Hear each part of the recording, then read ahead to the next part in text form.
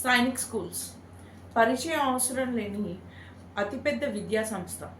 ఇది defence ministry అండర్లో నడిచే ఒక సైనిక్ స్కూల్స్ సొసైటీ అని చెప్పే సంస్థ. ఈ సైనిక్ స్కూల్స్ని పిల్లల్ని ఎంచి మరీ ఆర్మడ్ ఫోర్సెస్లో తీసుకుంటూ ఉంటారు. అందుకే ఇక్కడికి వెళ్ళే పిల్లల్ని ఎంతో గొప్పగా భావిస్తారు. సో ఇలాంటి సైనిక్ స్కూల్స్ మన దేశంలో ఇప్పటికీ 33 మాత్రమే ఉన్నాయి.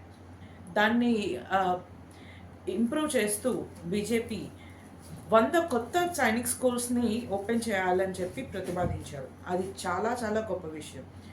కానీ ఇక్కడ ఒక పెద్ద విషయం ఇంకోటి కూడా ఉంది. ఇప్పటి వరకు సైనిక్ స్కూల్స్ అన్నీ కూడా డిఫెన్స్ మినిస్ట్రీ ఆధ్వర్యంలోనే నడుస్తున్నాయి. అవి ఒక గవర్నమెంట్ సంస్థగా నడుస్తున్నాయి. కానీ ఇప్పుడు మొట్టమొదటిసారిగా దేశ చరిత్రలో సైనిక్ స్కూల్స్ చరిత్రలో మొట్టమొదటిసారిగా వీటిని ప్రైవేట్ వ్యక్తుల చేతులకి ఇస్తున్నారు. సో ఇండియన్ రిపోర్టర్స్ కలెక్టివ్ అనేది ఆర్టీఐ యాక్ట్ ద్వారా కనిపెట్టిన విషయం ఏంటి అంటే, ఈ ప్రైవేట్ వ్యక్తులు ఎవరో కాదు.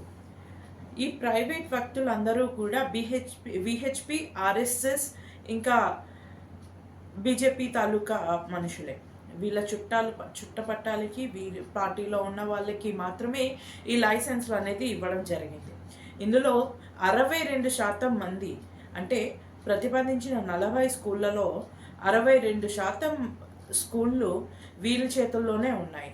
వీరిలో చెప్పుకోదగ్గ వ్యక్తి సాధ్వి రీతాంబరి సింగ్. ఈవిడ తన సన్యాసత్వం, సాత్వికత్వం కన్నా తన కమ్యూనల్ వైలెన్స్తో కూడిన కామెంట్స్తో ప్రసిద్ధి చెందారు.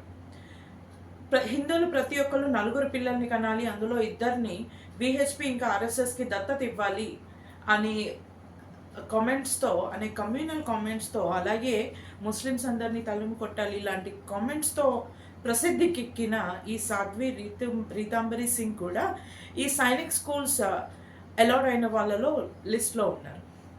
ఆల్రెడీ ఈవిడ అండర్లో ఒక సైనిక్ స్కూల్ నడుస్తుంది, ఓన్లీ గర్ల్స్ సైనిక్ స్కూల్. అది అక్కడి ఒక ప్రసంగం కోసం చాలా వివాదాస్పదమైన వ్యాఖ్యలు కూడా ఈవిడ ఎదుర్కొన్నారు.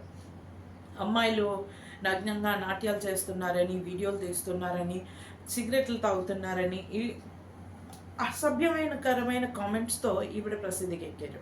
సో ఇలాంటి ఆందోళన కలిగించే ధోరణి ఉన్న వాళ్ళ చేతుల్లోకి ఇప్పుడు ప్రసిద్ధిగాంచిన, అంటే గర్వంగా భావించే సైనిక్ స్కూల్స్ చేతుల్లో వెళ్తున్నాయి.